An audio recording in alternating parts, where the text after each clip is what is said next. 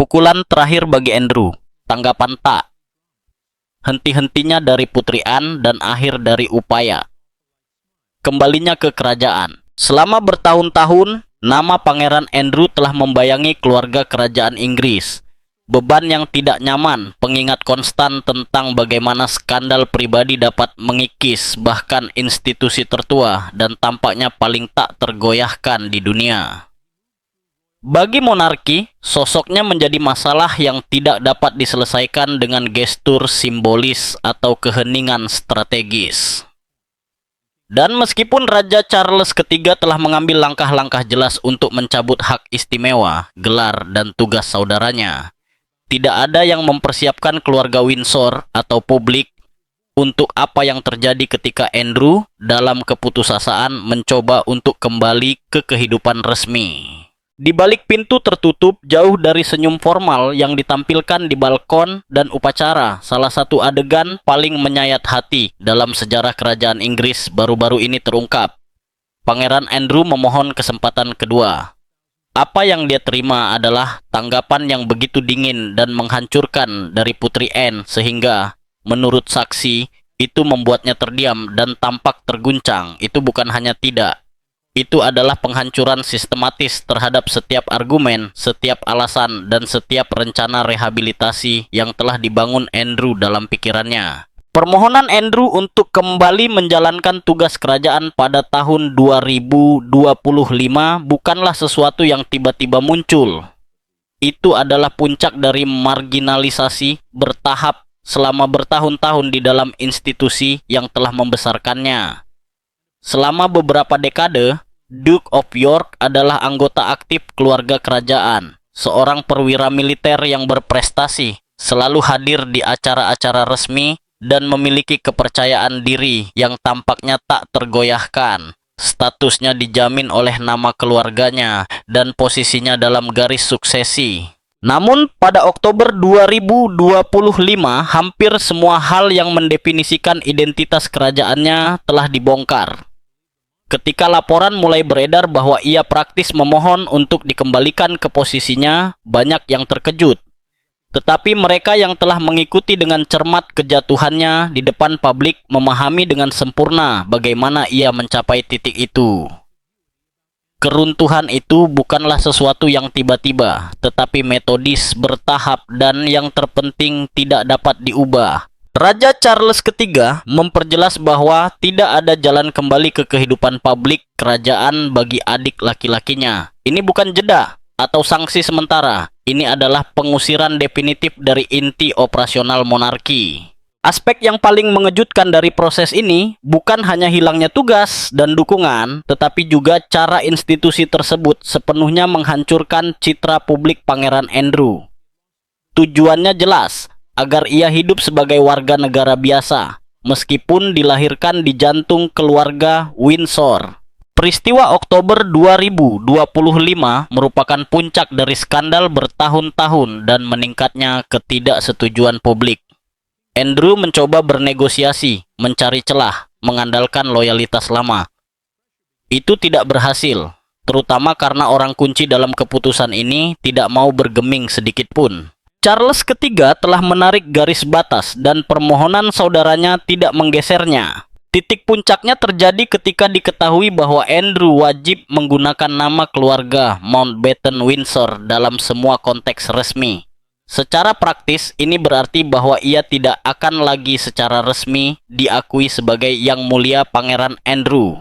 Dalam dokumen, surat menyurat, dan catatan resmi, ia hanya akan dikenal sebagai Andrew Mountbatten Windsor. Di atas kertas ini menurunkan statusnya menjadi rakyat biasa. Sumber yang dekat dengan istana mengkonfirmasi bahwa Andrew memohon kepada raja untuk mengizinkannya mempertahankan gelar pangeran, setidaknya untuk keperluan resmi. Jawabannya adalah penolakan tegas. Tidak ada keraguan atau konsesi, karena ini bukan hanya tentang nama. Ini adalah penghapusan sisa-sisa terakhir hak istimewa kerajaan yang dipegang teguh oleh Andrew. Pengamat kerajaan menyatakan bahwa keputusan ini telah direncanakan selama bertahun-tahun. Latar belakang keputusan ini terkait erat dengan hubungan Andrew dengan Jeffrey Epstein dan gugatan perdata yang diajukan terhadapnya oleh Virginia Giuffre. Meskipun kasus tersebut diselesaikan di luar pengadilan pada tahun 2022, kerusakan reputasi sudah sangat besar. Meskipun demikian, untuk sementara waktu, istana mengizinkan Andrew untuk secara teknis mempertahankan gelarnya. Namun tekanan publik menjadi tak bisa diabaikan. Jajak pendapat secara konsisten menunjukkan bahwa mayoritas warga Inggris menginginkan pemutusan hubungan sepenuhnya antara Andrew dan monarki yang aktif. Charles III, seperti ibunya, selalu memperhatikan sentimen publik dan dia memahami bahwa tindakan setengah-setengah tidak lagi cukup. Pada Januari 2022, Ratu Elizabeth II mengambil langkah bersejarah dengan mencabut jabatan militer dan gelar HRH yang mulia dari Andrew. Keputusan itu menandai titik balik. Andrew bereaksi dengan marah dan kebingungan, yakin bahwa hak warisnya sedang diambil darinya. Namun, Ratu tidak mundur. Ia sangat yakin bahwa monarki hanya dapat bertahan dengan menjauhkan diri dari kontroversi. Pada Oktober 2025, Charles menghadapi masalah yang berbeda. Meskipun telah dikenai sanksi sebelumnya, Andrew terus mendapatkan keuntungan dalam praktiknya dari identitas kerajaannya. Memaksanya untuk hanya menggunakan nama keluarga Mountbatten Windsor bukanlah peringatan simbolis, tetapi eksekusi akhir dari strategi yang dimulai bertahun-tahun sebelumnya. Itu tidak dapat dinegosiasikan, itu menghilangkan ambiguitas apapun tentang statusnya. Sekali lagi, Andrew bereaksi dengan marah, yakin bahwa saudaranya sengaja bersikap kejam. Charles tetap teguh, ia telah belajar bahwa solusi parsial gagal dan bahwa kelangsungan hidup monarki menuntut keputusan yang tidak dapat diubah. Konsekuensinya langsung terasa. Andrew tidak lagi dapat menggunakan status kerajaannya untuk membuka pintu atau mendapatkan rasa hormat di kalangan sosial atau bisnis. Undangan ke acara-acara eksklusif lenyap hampir dalam semalam. Orang-orang yang tetap berada di sisinya karena menghormati kerajaan berhenti melakukannya. Pesan itu jelas, Andrew tidak lagi dilindungi. Tanpa perlindungan kerajaan, masa lalunya mengejarnya tanpa filter. Hilangnya relevansi ini adalah salah satu pemicu upaya putus asa Andrew untuk mendapatkan kembali dukungan keluarga. Tanpa gelar, tanpa tugas, dan tanpa akses, Andrew berhenti menjadi berpengaruh. Titik puncaknya adalah Royal Lodge, kediaman megah di Windsor tempat Andrew tinggal selama bertahun-tahun. Bagi raja, semakin tidak dapat diterima bahwa seseorang tanpa tugas resmi, tanpa kehormatan, dan dikeluarkan dari kehidupan publik, harus terus menempati properti sebesar dan semegah itu. Royal Lodge adalah bagian dari Crown Estate. Dan dari realitas hukum ini, tekanan mulai meningkat agar Duke of York meninggalkan rumah besar itu dan pindah ke kediaman yang lebih sederhana, seperti Frogmore Cottage, rumah yang pernah menjadi tempat tinggal Pangeran Harry dan Meghan Markle sebelum mereka pindah ke California. Alih-alih menerima keputusan tersebut, Andrew dengan tegas menolak untuk pergi. Ia berpendapat bahwa kontrak sewanya masih berlaku dan bahwa ia telah menginvestasikan jutaan pound uangnya sendiri untuk renovasi dan pemeliharaan properti tersebut ya. Dari sudut pandangnya, ia tidak hanya memiliki hak hukum untuk tetap tinggal di sana, tetapi ia juga merasa seperti korban ketidakadilan keluarga, yakin bahwa mereka mencoba memaksanya keluar dari rumahnya sebagai hukuman tambahan. Konfrontasi ini berlangsung selama berbulan-bulan dan menjadi topik yang berulang di media Inggris, memicu perdebatan publik yang semakin kritis tentang dirinya. Menurut laporan yang diterbitkan oleh The Guardian, frustrasi Raja Charles meningkat karena penolakan saudaranya untuk beranjak. Bagi sang raja, Royal Lodge merupakan kemewahan yang tidak perlu bagi seseorang yang tidak lagi menjalankan tugas resmi dan yang kehadirannya di depan publik, alih-alih menjadi aset, justru menjadi beban bagi citra monarki. Dalam konteks ini, kemungkinan membuka kediaman tersebut untuk umum bahkan dipertimbangkan sebagai bagian dari rencana untuk menghasilkan pendapatan bagi Crown Estate. sebuah gagasan yang mendapat dukungan dari mereka yang menganjurkan monarki yang lebih sederhana dan sesuai dengan zaman. Opini publik pada kenyataannya sebagian besar berpihak pada raja. Kritik terhadap Andrew berlipat ganda di media sosial dan kolom opini, dengan banyak yang melihatnya sebagai contoh sempurna dari hak istimewa yang berlebihan dan terputus dari realitas sosial. Di tengah krisis biaya hidup, ketika ribuan keluarga Inggris berjuang untuk membayar sewa dan tagihan, sulit untuk membenarkan mantan anggota aktif keluarga kerajaan yang tetap memiliki rumah mewah tanpa memberikan kontribusi apapun sebagai imbalan. Citra Andrew sebagai orang yang merasa berhak terlepas dari kepentingan umum dengan cepat menguat. Meskipun demikian, ia tetap teguh. Bagi Andrew, Royal Lodge bukan hanya sebuah rumah. Itu adalah salah satu pengingat nyata terakhir dari statusnya yang dulu. Kehilangannya berarti menerima secara pasti bahwa kejatuhannya tidak dapat diubah. Dan penerimaan itu adalah sesuatu yang tidak dia persiapkan. Sumber-sumber yang dekat dengan istana mengkonfirmasi bahwa dia telah beberapa kali mengajukan permohonan langsung kepada Raja Charles, meminta semacam kompromi yang memungkinkannya untuk tetap tinggal. Menurut laporan-laporan ini, dia bahkan menawarkan untuk mengambil alih tugas-tugas kerajaan kecil sebagai imbalan untuk tetap tinggal di sana. Semua proposal ditolak tanpa kecuali. Sang raja telah mengambil keputusan dan setiap permohonan hanya memperkuat tekadnya. Konflik seputar Royal Lodge dengan demikian menjadi simbol yang jelas dari ketidakmampuan Andrew untuk menerima kenyataan. Hal ini juga menyoroti keterputusannya yang mendalam dari iklim sosial negara. Yang menambah persepsi negatif ini adalah elemen eksplosif lainnya, biaya sewanya. Ketika detail kontrak terungkap, diketahui bahwa Duke membayar apa yang oleh banyak orang digambarkan sebagai sewa simbolis. Jumlah yang simbolis dan sangat rendah untuk properti dengan nilai seperti itu.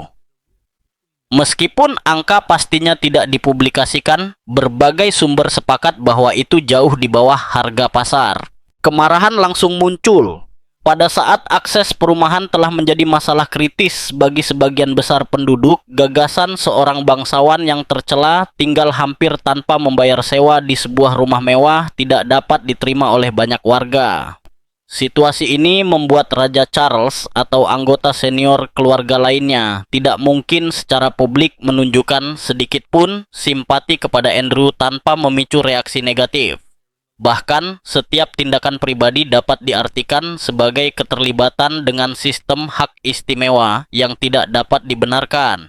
Andrew mencoba membela diri dengan mengklaim bahwa sewa yang rendah diimbangi oleh renovasi besar-besaran yang telah ia biayai. Namun, argumen ini gagal meyakinkan.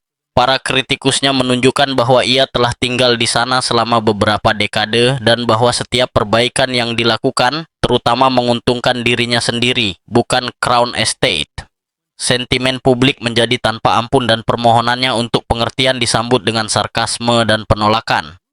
Skandal sewa tersebut mengukuhkan dirinya sebagai contoh lain dari hak istimewa tanpa pertanggungjawaban dan memperkuat seruan untuk pemecatannya sepenuhnya dari lembaga tersebut. Pukulan terakhir datang ketika Raja Charles memutuskan untuk menghentikan dukungan keuangan. Secara resmi, tunjangan tahunan Andrew ditangguhkan dan biaya keamanan pribadinya tidak lagi ditanggung. Menurut ITV News, Duke menerima sekitar 1 juta pound sterling per tahun untuk mempertahankan gaya hidup dan perlindungannya. Kehilangan jumlah ini segera mengubah situasinya. Mempertahankan Royal Lodge sangat mahal, dan Andrew tidak memiliki penghasilan sendiri yang cukup untuk menutupinya. Lebih jauh lagi, keamanan pribadi, meskipun mahal, sangat diperlukan karena ancaman dan perhatian konstan yang terus ia terima. Tanpa dukungan keuangan keluarga, ia mendapati dirinya terpojok. Tekanan tersebut membuatnya mengajukan permohonan putus asa untuk mendapatkan ganti rugi yang tidak pernah terwujud. Ia dilaporkan meminta anggota keluarga lainnya untuk menjadi perantara dengan raja dan menggambarkan pemotongan keuangan itu sebagai tindakan kejam dan tidak adil. Beberapa laporan bahkan menyebutkan bahwa ia mengisyaratkan akan mempublikasikan masalah keluarga pribadi jika ia tidak menerima bantuan. Terlepas dari apakah ancaman ini nyata atau dilebih-lebihkan, hasilnya tetap sama. Charles III tidak bergeming dan pemotongan itu tetap berlaku.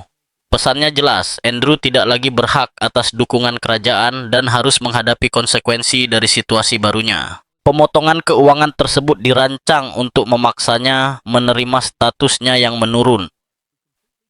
Kombinasi kehilangan gelar resminya, tempat tinggalnya, dan pendapatannya menciptakan badai yang sempurna. Pilihannya sangat terbatas, upayanya untuk mencari pekerjaan di sektor swasta gagal, karena tidak ada organisasi terkemuka yang ingin dikaitkan dengan namanya.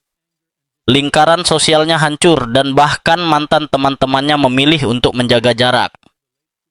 Pria yang pernah menjadi pilot helikopter dalam Perang Falkland dan tokoh terkemuka dalam keluarga kerajaan mendapati dirinya semakin terisolasi, berjuang untuk menghindari menghilang sama sekali. Namun aspek yang paling mengungkap kejatuhannya adalah bahwa pada kenyataannya, setiap upaya untuk bangkit kembali sudah ditakdirkan untuk gagal sejak awal. Ini bukan sekadar masalah ketegangan keluarga atau perseteruan pribadi. Hambatan sebenarnya adalah masa lalunya sendiri. Masa lalu yang ditandai dengan kontroversi yang begitu serius sehingga tidak ada strategi rekonsiliasi yang dapat menghapusnya dari ingatan kolektif. Hubungannya dengan para penjahat yang dihukum, penyelesaian hukum yang menghancurkan, keputusan bisnis yang dipertanyakan, dan penanganan publik yang buruk terhadap tuduhan tersebut membentuk catatan yang mustahil untuk diabaikan. Pertanyaan yang tak terhindarkan adalah, bagaimana keluarga kerajaan dapat membenarkan seseorang dengan catatan seperti ini untuk mewakili kerajaan? Bukan hanya fakta bahwa ia mengenal Epstein, tetapi juga ketidakpedulian Andrew terhadap implikasi moral dari persahabatan ini. Sikap ini menyampaikan kesan bahwa ia tidak memahami atau tidak peduli tentang beratnya tindakan Epstein dan kerugian yang ditimbulkannya pada para korban yang rentan. Dengan setiap penampilan dan setiap pengungkapan, kepercayaan kepadanya terkikis sedikit demi sedikit, dan dengan itu, kredibilitas lembaga yang telah melindunginya begitu lama. Itulah pukulan pertama yang membuatnya tak pernah pulih. Pukulan kedua datang dengan penyelesaian di luar pengadilan yang dicapai pada tahun 2022 dalam gugatan perdata yang diajukan oleh Virginia Giuffre. Meskipun penyelesaian tersebut menghindari persidangan, hal itu secara efektif menyegel nasib publiknya. Bagi banyak orang, membayar untuk menyelesaikan kasus tersebut bukanlah pembebasan, melainkan konfirmasi bahwa kehadirannya di kehidupan publik tidak dapat dipertahankan. Pangeran setuju untuk membayar sejumlah beberapa juta pound sterling untuk menyelesaikan gugatan perdata yang diajukan oleh Virginia Giuffre yang menuduhnya melakukan pelecehan seksual terhadapnya ketika ia masih di bawah umur. Secara hukum, perjanjian tersebut tidak termasuk pengakuan bersalah, tetapi di pengadilan opini publik, dampaknya sangat menghancurkan bagi masyarakat yang terpukul oleh meningkatnya biaya hidup, inflasi, dan ketidakamanan ekonomi. Kontras antara perjuangan sehari-hari mereka dan kemudahan seorang anggota keluarga kerajaan dapat mengeluarkan sejumlah uang yang sangat besar sangatlah menjengkelkan. Bagi banyak orang pesannya jelas, jika tidak ada yang disembunyikan. Mengapa membayar begitu banyak uang untuk menghindari persidangan publik? Keputusan untuk berdamai daripada membela diri di pengadilan dipandang sebagai konfirmasi bahwa kebenaran bisa jadi jauh lebih merusak jika terungkap. Sedikit kredibilitas yang tersisa pun lenyap. Dalam konteks itu, Andrew mencoba manuver yang bukannya membantunya, malah memperburuk situasinya.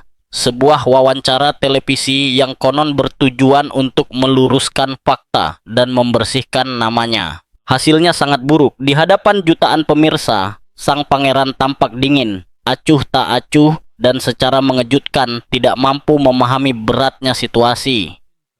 Penjelasannya dianggap tidak masuk akal, bahkan absurd, dan nadanya kurang menunjukkan empati minimal yang diharapkan penonton terhadap penderitaan para korban yang terkait dengan Jeffrey Epstein. Alih-alih menunjukkan pengertian, penyesalan, atau kepekaan, Andrew fokus pada pembelaan reputasinya, seolah-olah masalah sebenarnya adalah publik tidak memahaminya. Sikap ini memperkuat persepsi bahwa ia menempatkan citra pribadinya di atas penderitaan orang lain. Reaksinya langsung dan sengit setelah wawancara ditayangkan. Istana Buckingham tidak dapat lagi bertindak seolah-olah tidak terjadi apa-apa. Dalam beberapa hari, sang pangeran terpaksa mengundurkan diri tanpa batas waktu dari semua tugas resmi. Apa yang dulunya merupakan posisi kehormatan berubah menjadi sumber rasa malu bagi institusi. Tokoh-tokoh yang sebelumnya mengaguminya karena karier militernya mulai melihatnya sebagai simbol yang tidak nyaman, pengingat konstan tentang segala hal yang perlu dihindari oleh monarki.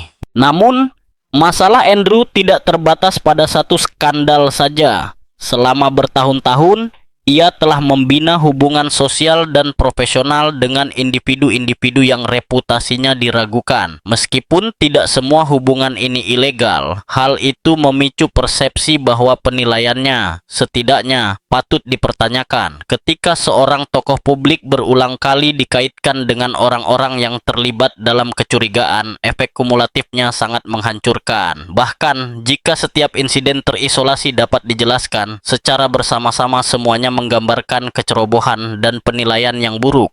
Kritik lain yang dilayangkan adalah kinerjanya sebagai utusan perdagangan Inggris. Secara teori, perannya adalah untuk memperkuat hubungan ekonomi dan mempromosikan kepentingan Inggris di luar negeri.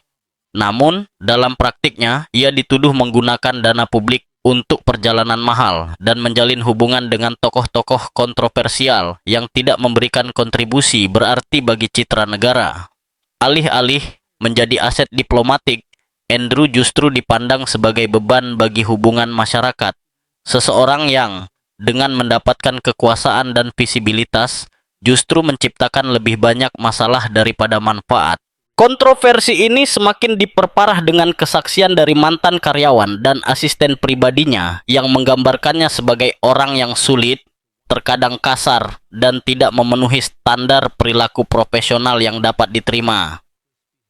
Meskipun beberapa orang mungkin menganggap keluhan ini sepele dibandingkan dengan skandal internasional, fakta bahwa keluhan tersebut berasal dari lingkaran terdekatnya sendiri memperkuat narasi tentang seorang pria yang acuh tak acuh dan tidak peduli, yang terbiasa tidak ditantang. Seolah-olah semua hal di atas belum cukup, konflik publik mengenai tempat tinggalnya menjadi simbol lain dari ketidakpeduliannya terhadap realitas.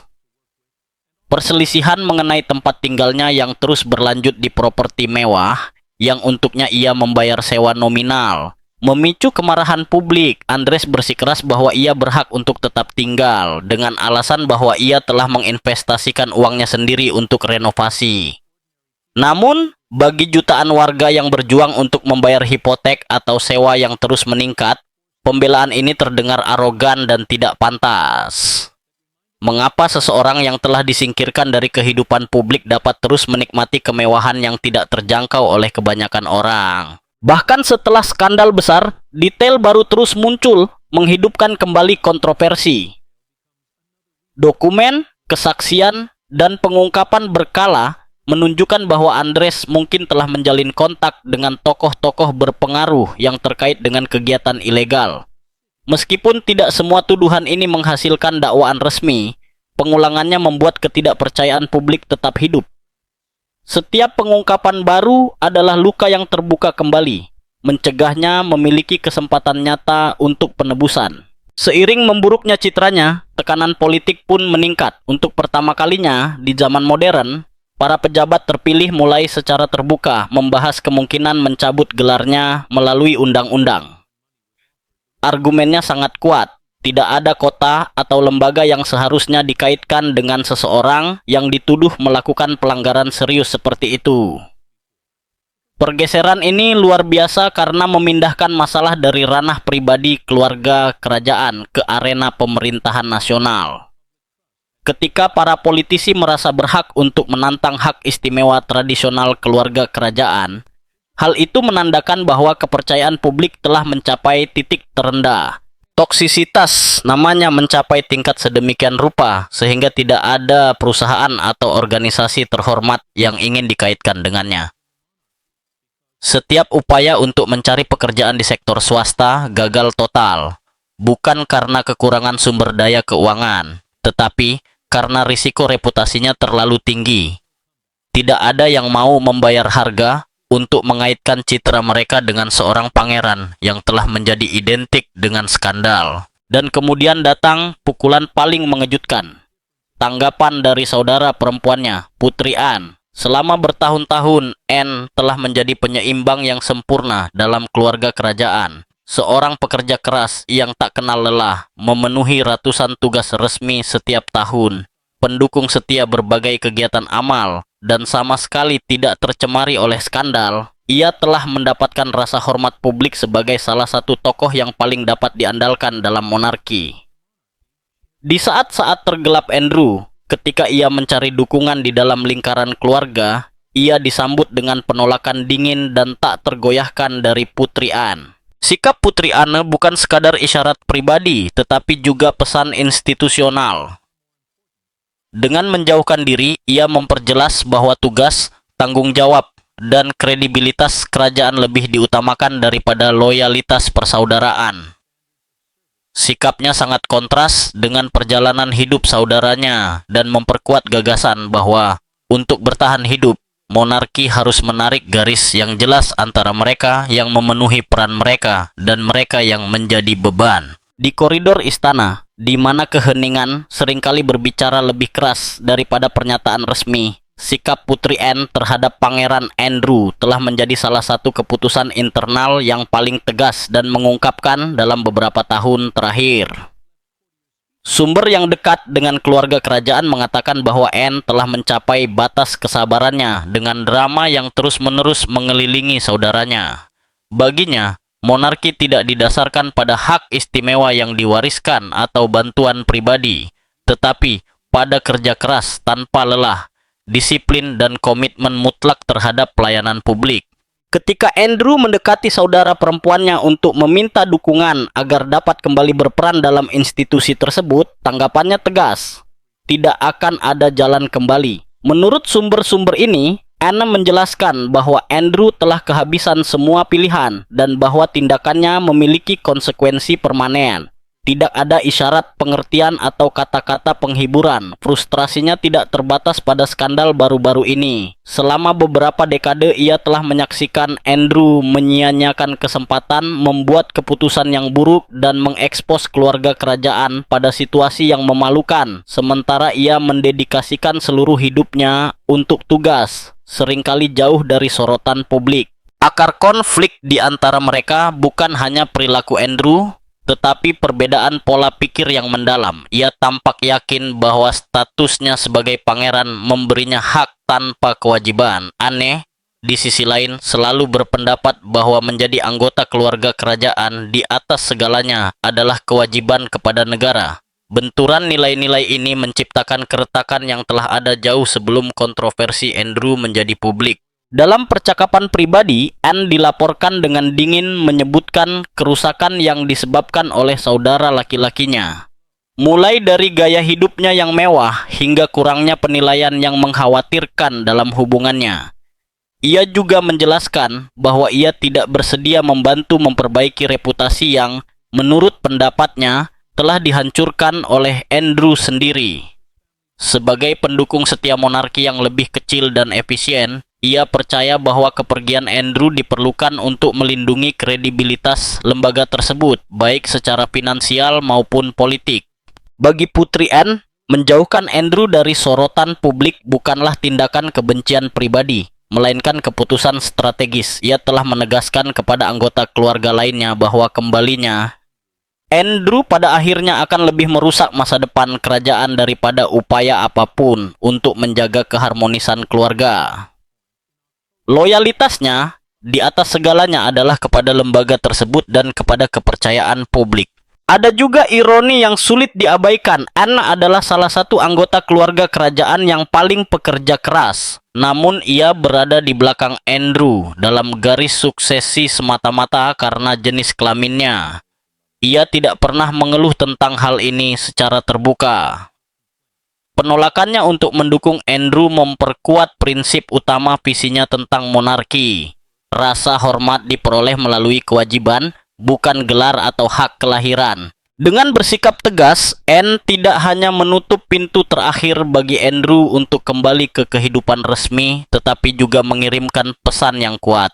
Hak istimewa bukan lagi tameng terhadap tanggung jawab. Monarki sedang berubah, ditekan oleh pengawasan modern, dan tidak ada tempat bagi mereka yang tidak mau memenuhi standar pelayanan dan akuntabilitas yang telah ia wujudkan sepanjang hidupnya.